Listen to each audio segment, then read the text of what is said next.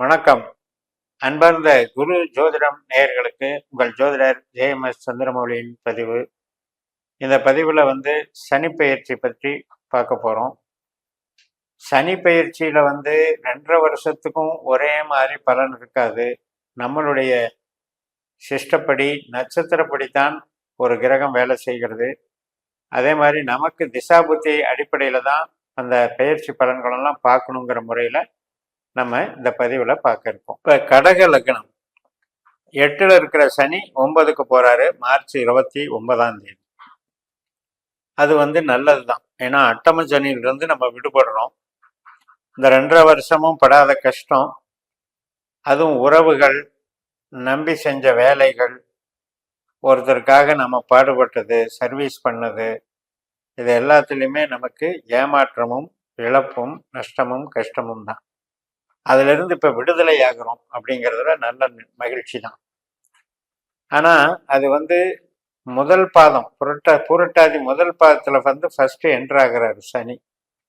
அது ஏப்ரல் 29ஆம் தேதி வரைக்கும் அந்த 30 நாட்களில் அதனுடைய தாக்கம் 8ல் இருக்கிற மாதிரியே தாக்கத்தை தான் கொடுக்கும். ஏன்னா இங்கே ராகுவோட போய் கனெக்ட் ஆகுறாரு.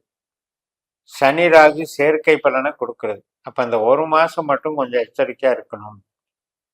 இப்போ லக்ன புள்ளின்னு எடுத்துக்கிட்டிங்கன்னா நீங்கள் பூரட்டாதி 4ல் பிறந்திருந்தா மட்டும்தான் உடனே சனி பயிற்சி 8லேருந்து விலகிடுச்சின்னு எடுத்துக்கணும். இப்போ நீங்கள் பூச நட்சத்திரத்தில் பிறந்திருந்தீங்கன்னா சனி 9ஆம் வீட்டில் எப்போ உத்திரட்டாதி தொடுதோ, 1 மாதம் கழித்து எப்போ தொடுதோ அப்போ தான் சனி உங்களுக்கு 8லேருந்து விலகுதுன்னு அர்த்தம். அது ஒரு பக்கம் இருந்தாலும் இப்போ ஜென்ரல் பலனில் பார்க்கும் பொழுது கிரக சேர்க்கையினால நமக்கு சில தீமைகள் இருக்கு. இப்ப ராகு நமக்கு ரொம்ப ரொம்ப கெட்ட கிரகம். அது சனி கூட சேர்றது அவ்வளவு நல்லா இல்லை. அது என்ன ஆகும், நம்ம சிந்தனைகள்ல சில எதிர்பார்க்காத சில விஷயங்களை எல்லாம் புகுத்தும். அப்படி செஞ்சிடலாம், இப்படி செஞ்சிடலாம், ஆசைகளை வளர்த்து விடும். ஏதாவது ஒரு இப்போ பழக்க வழக்கத்திலே கூட நம்மளுடைய சூழ்நிலைகள் மாறிடும். யாரை நம்பி பழகிறதுன்னு தெரியாம நம்பக்கூடாதவங்களையெல்லாம் நம்பி பழக சொல்லிடும். அந்த 1 மாத காலம் ஏதோ ஒரு இன்பத்தை கொடுக்குற மாதிரி கூட்டிட்டு போகும். 10ஆவதுக்கு சுக்கிரன் அங்கே வந்துடுறாரு. அதாவது மார்ச் 31லேயே சுக்கிரனும் அங்கே ஜாயின் ஆயிடுறாரு இவங்களோட. ஏப்ரல் மாதம் 25ஆம் தேதி வரைக்கும் 25 நாள் சுக்கிரனும் சேர்றாரு. அப்போ இந்த 3 பேரும் அங்கே சேர்ந்து ஒரு கவர்ச்சியை, ஒரு ஆடம்பரத்தை, ஒரு நம்பிக்கை சார்ந்த விஷயத்தை டெவலப் பண்ணும் பொழுது இப்போ நமக்கு செவ்வாய் நமக்கு 12ல் இருக்கிறார். அந்த செவ்வாயும் குரு நட்சத்திரத்தில் இருக்கிறதுனால இந்த 9ஆம் இடத்துக்கும் 12ஆம் இடத்துக்கும் ஒரு அசுப விளைவு ஏற்படுது. இந்த அசுப விளைவுங்கிறது என்ன அப்படின்னா, நாம் நல்லது, தெய்வாம்சம், நல்ல உறவு, நல்ல நம்பிக்கை, நல்ல அறிவு, ஆற்றல் அப்படின்னு நினைக்கிறது எல்லாமே அதில் ஜெயிக்க விடாமல் தடுக்கிறத செவ்வாய் செய்வார். அதனால தான் நம்ம 8-12ல் முதல்ல பலன் சொல்லும் போதெல்லாம் சனி செவ்வாய் எவ்வளவோ கஷ்டத்தை கொடுக்குறாருங்கிறத சொன்னோம். இப்போ செவ்வாயும் அந்த குருசாரத்தில் இருக்கிறதுனால ஒரு அசுப விளைவு ஏற்படுத்துறதுனால முதலீடு சம்மந்தப்பட்டதுலையோ, பிறரை நம்பி வெளிநாட்டு வேலைக்கு போகிறதுலையோ, பிறரை நம்பி கடன் வாங்குறதுலையோ, ஜாமீன் போடுறதுலையோ, இது சகோதர வர்க்கம் வகையிலையோ கொஞ்சம் கேர்ஃபுல்லாக இருக்கணும். அதே மாதிரி நம்ம குழந்தைகள் வகையில் கூட பிரச்சனைகள் நடக்கும். நம்ம கடகலக்னமாக இருப்போம். இந்த காலகட்டத்தில் குழந்தைகள் சார்ந்து அவங்க படுற அவஸ்தைகளும் நமக்கு ஒரு பிரச்சனையாக முடியும். அப்போ இந்த பில்டிங் சம்மந்தப்பட்டது, ஆர்கிடெக்டில் நம்ம இண்டஸ்ட்ரீஸ் லைனில் பில்டிங் கன்ஸ்ட்ரக்ஷன் இண்டஸ்ட்ரீஸு, ஹார்ட்வேர்ஸு, இது மாதிரி விவசாயம் சார்ந்த அமைப்புகளில் கூட கொஞ்சம் சிக்கல் இருக்குது. ஜென்ரலாகவே நீர் ராசியில் சனி வர்றது அவ்வளவு நல்லதல்ல. அப்போ அந்த 2.5 வருஷத்தில் காலச்சக்கரத்துக்கு அது 12ஆக இருக்கிறதுனால இயற்கை சீரழிவுகள், இயற்கையினால நஷ்டங்கள் அப்படிங்கிறதெல்லாம் இருக்குது.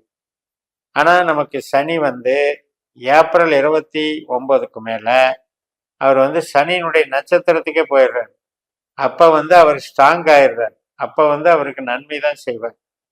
அதுக்கப்புறம் புதன் நட்சத்திரத்துக்கு போவார். இந்த அடுத்த 2 வருஷ காலம் பாசிட்டிவாக தான் கொண்டு போகிறார். இப்போ நெகட்டிவ் அப்படின்னா நமக்கு என்ன நெகட்டிவ் அப்படின்னு எடுத்துக்கிட்டிங்கன்னா, நம்ம ஜனன ஜாதகப்படி சனி வந்து கெட்டவராக இருக்கக்கூடாது. அதை வந்து நம்ம பார்த்துக்கணும்.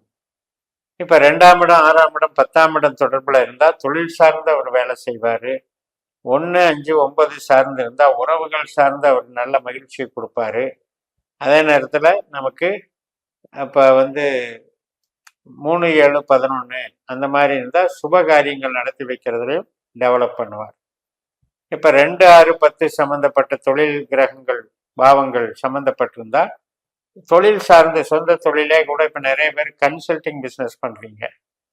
ஒரு சொல்லி கொடுக்கறது அல்லது ஒரு மாதிரி ஐடி லைனு, ஒரு transport line, representative, management, event management, customer orientation, digital marketing, so இப்படியெல்லாம் ஒரு நன்மைகளையும் ஏற்படுத்தி கொடுப்பார்.